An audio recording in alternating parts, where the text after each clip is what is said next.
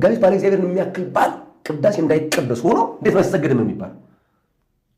ይሰገድ የሚሉ አሉ። አዎ በነገራችን ላይ ከአሁን በፊትም ተወስኗል፣ ይሰገዳል ተብሎ ተወስኗል። ብዙዎቹን የሚያንጫጫቸው በልማድ ስለሚኖሩ ነው። ከጥንት ጀምሮ ክርክር አለ። እውነት ለመናገር በሊቃውንትም ቢሆን ክርክር አለ። ግን አንድ ነገር የተጻፈበትን አውድ መረዳት በጣም ወሳኝ ነው።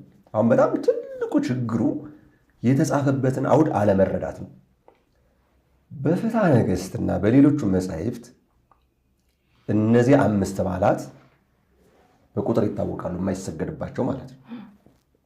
5 ሲባል እኮ እንደው በየወሩ በወር ውስጥ ለማለት ነው እንጂ አጠቃላይ ከቆጠርናቸው የጌታ 9 አበይት በዓላት የሚባሉ አሉ።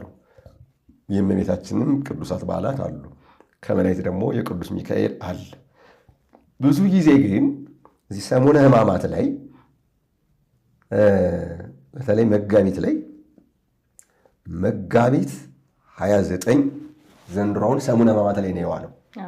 እንግዲህ መጋቢት 29 በሐዲስ ኪዳን የመጀመሪያው በዓል ነው። እግዚአብሔር ቃል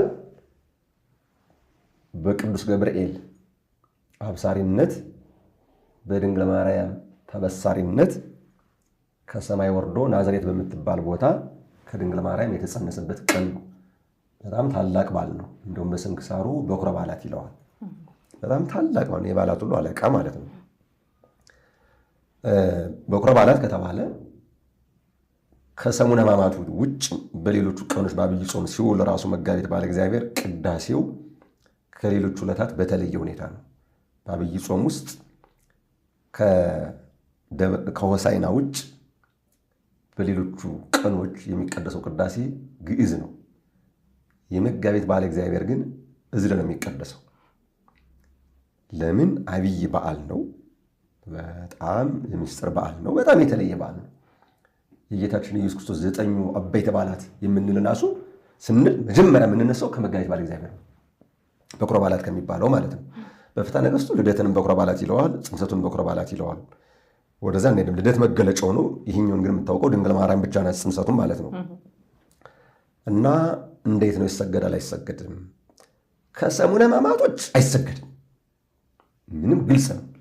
በሰሙነ ሕማማት ግን መጋቢት 21 ቀን የእመቤታችን በዓል ነው ብሎ አልሰግድም ማለት፣ መጋቢት 29ም የጌታችን ኢየሱስ ክርስቶስ በዓል ነው ብሎ አልሰግድም ማለት መቼ ሊሰግድም?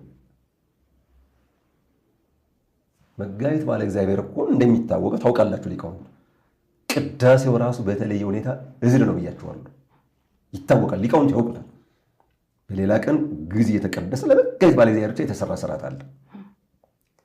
አሁን ሰሙነ ሕማማት ውስጥ ቅዳሴ የለም፣ ግልጽ ነው። ከመጋቢት ባለ እግዚአብሔር የበለጠስ በዓል አለ ወይ? ከቅዳሴስ የበለጠ አገልግሎት አለ ወይ?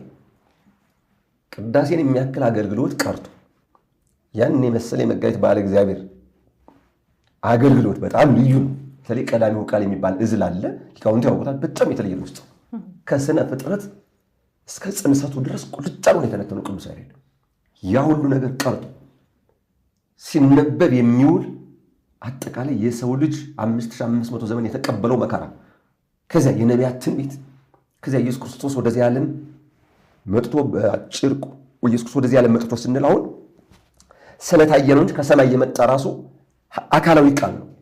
ሰው ሲሆን ነው ኢየሱስ ክርስቶስ ተብሎ የሚጠራው። እና እሱ ወደዚህ ዓለም መጥቶ የተቀበለውን መከራ በምላት በስፋት የሚናገሩ የቅዱሳት መጻሕፍት ክፍሎች ናቸው ሲነበቡ የሚውሉት። እንዲሁም የግብረ ሕማሙ ገና ሲጀምር የሚለው ነገር አለ።